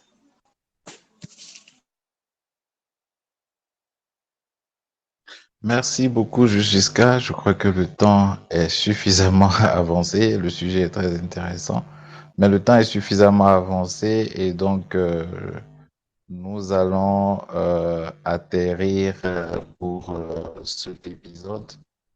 C'est sûr que le jeudi prochain, nous allons revenir encore sur le thème comme nous avons l'habitude de le faire depuis un certain temps, c'est-à-dire passer au moins deux émissions successives sur le même thème afin de mieux. Je suis réel, non, oui, c'est vrai, c'est que ça va être 22 heures. Donc, euh, donc jeudi prochain, avec la grâce de Dieu, nous allons revenir là-dessus et aller encore sur certains aspects, comme je le disais en début d'émission, c'est un thème assez, je ne vais pas parler de révolutionnaire, mais c'est un thème assez libérateur. Et pour moi, de la première chose, c'est de la condamnation. Et donc, on peut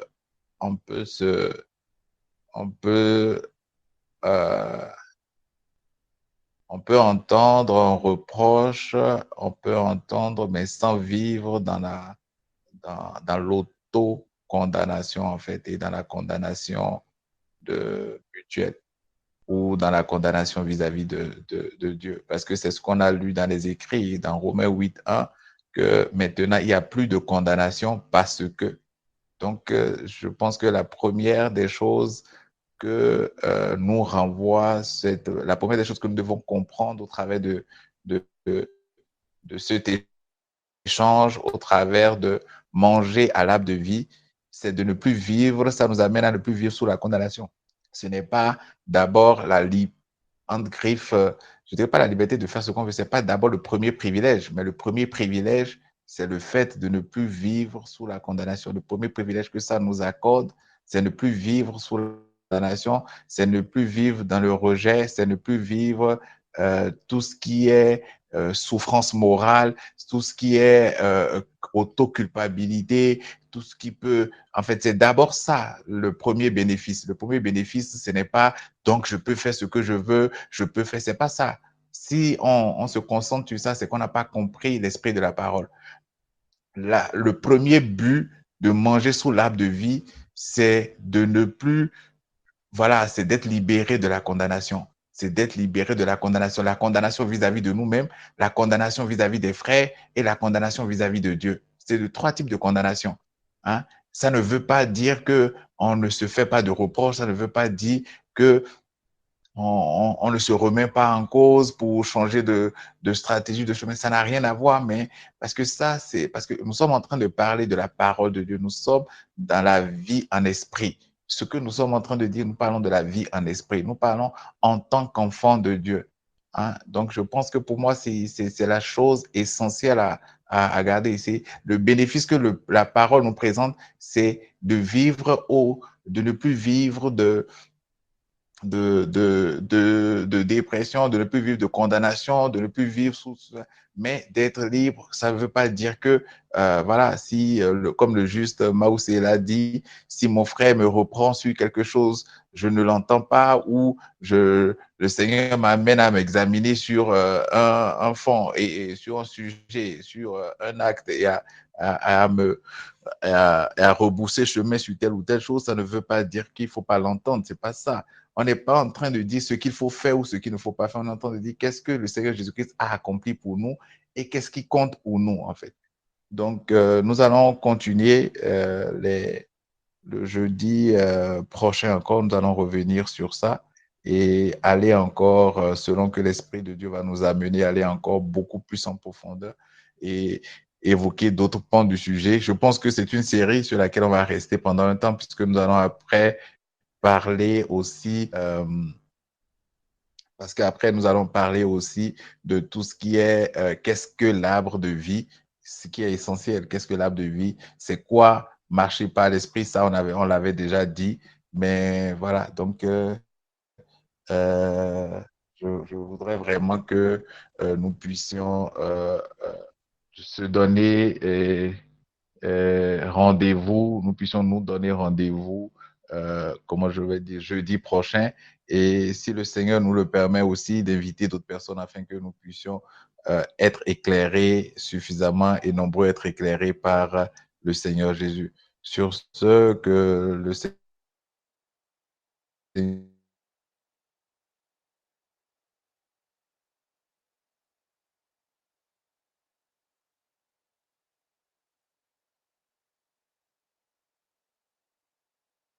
manifesté dans chacun se révèle, comme je l'ai dit, tel que le Père l'a prévu.